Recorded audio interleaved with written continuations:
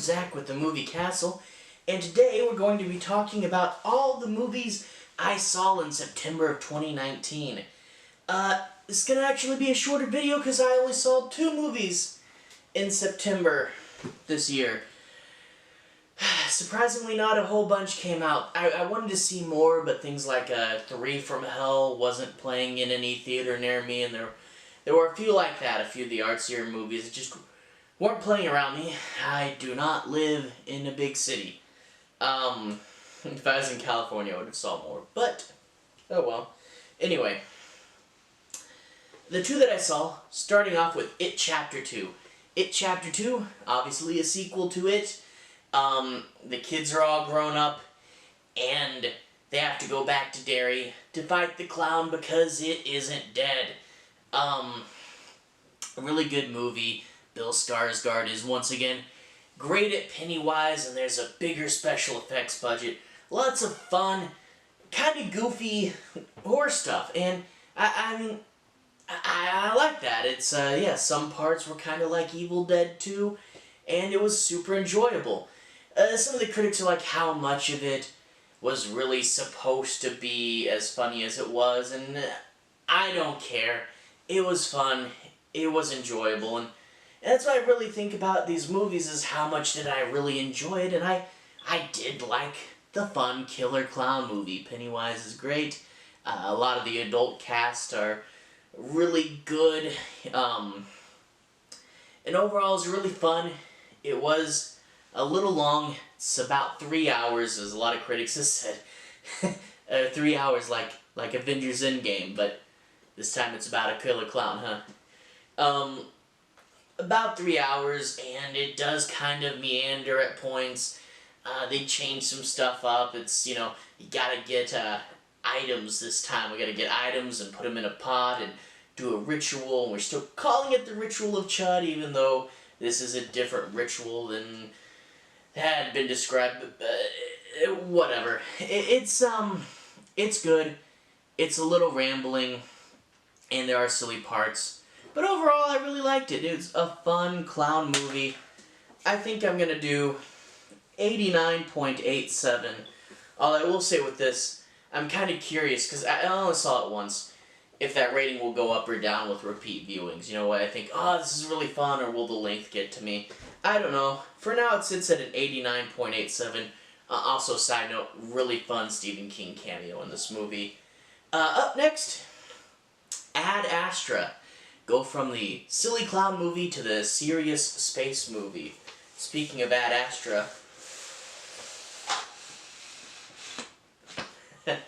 they were giving away posters at my theater. Got Brad Pitt here. So Ad Astra stars Brad Pitt. Maybe I'll put him on a wall somewhere. Until then, I'll just put Brad Pitt back. Ad Astra stars Brad Pitt. He's an astronaut. He's working on a giant space antenna. However, there's a big mysterious signal from space, and the signal from space kind of fries the electricity on this giant space antenna. He falls down. He's got a parachute. He's fine. But the government takes him in and says, hey, these giant waves from space are coming near from where your father's spaceship disappeared. Brad Pitt's father, played by Tommy Lee Jones, was going to take a spaceship really far from the sun, where without the sun's interference, they could take photos in deep space and see if there was any alien life in the whole universe. And they think this radiation is coming from a ship. Maybe he had something to do with it. So Brad Pitt has to go to a place on Mars, where there's one of the few working deep space communicators, because a lot of them have been blown up from these waves, and he has to call his father and plead for him to stop whatever's going on. Now, a really simple concept. So the plot is kind of simple, but the characters are deep, which is really interesting with this movie, and you really get to think and feel for Brad Pitt's character, and you really get put into his shoes, you know. And personally, I really liked it. There's lots of internal monologue, and you get to hear what Brad Pitt's thinking. What does he feel about his father? And you get to feel the stress of this job. It's actually stress from trying to keep him sane. They constantly work on, his mental status, and they're constantly giving him tests. But you really get a feel for his character and what he thinks of his father, and also a fun forecast of what the future might look like. I really love seeing him go to the moon commercially, and then, the state the moon is on, and then he flies to Mars, and the state that Mars is in, and a really interesting scientific forecast. Overall, really great movie. I really liked it. I'm actually last minute gonna bump up my rating a little bit. I'm gonna do a 92.99 for Ad Astra. I'd recommend it. I mean, unless you can't take slow movies, but it's really cool.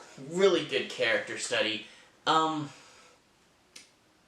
usually do these videos longer, but only 2 movies in September that I gotta see. Luckily for me, September is followed by October. We begin the month with The Joker, and there's at least 3 other movies that I want to see, so hopefully we get a really good movies from October. Hopefully we get a whole bunch of them. Only 2 movies this month. They're both very good. Next month, or not next month, next video, I'm going to cover some more Universal Monster movies. First video will probably be The Mummy. Then I think I'll do Invisible Man in the next video. And then I'll see where I go from there. Probably cover Creature on the Black Lagoon and Frankenstein the week after that. But I don't know. Anyway, Universal Monsters next time. The Mummy. Then Invisible Man. Have a good day.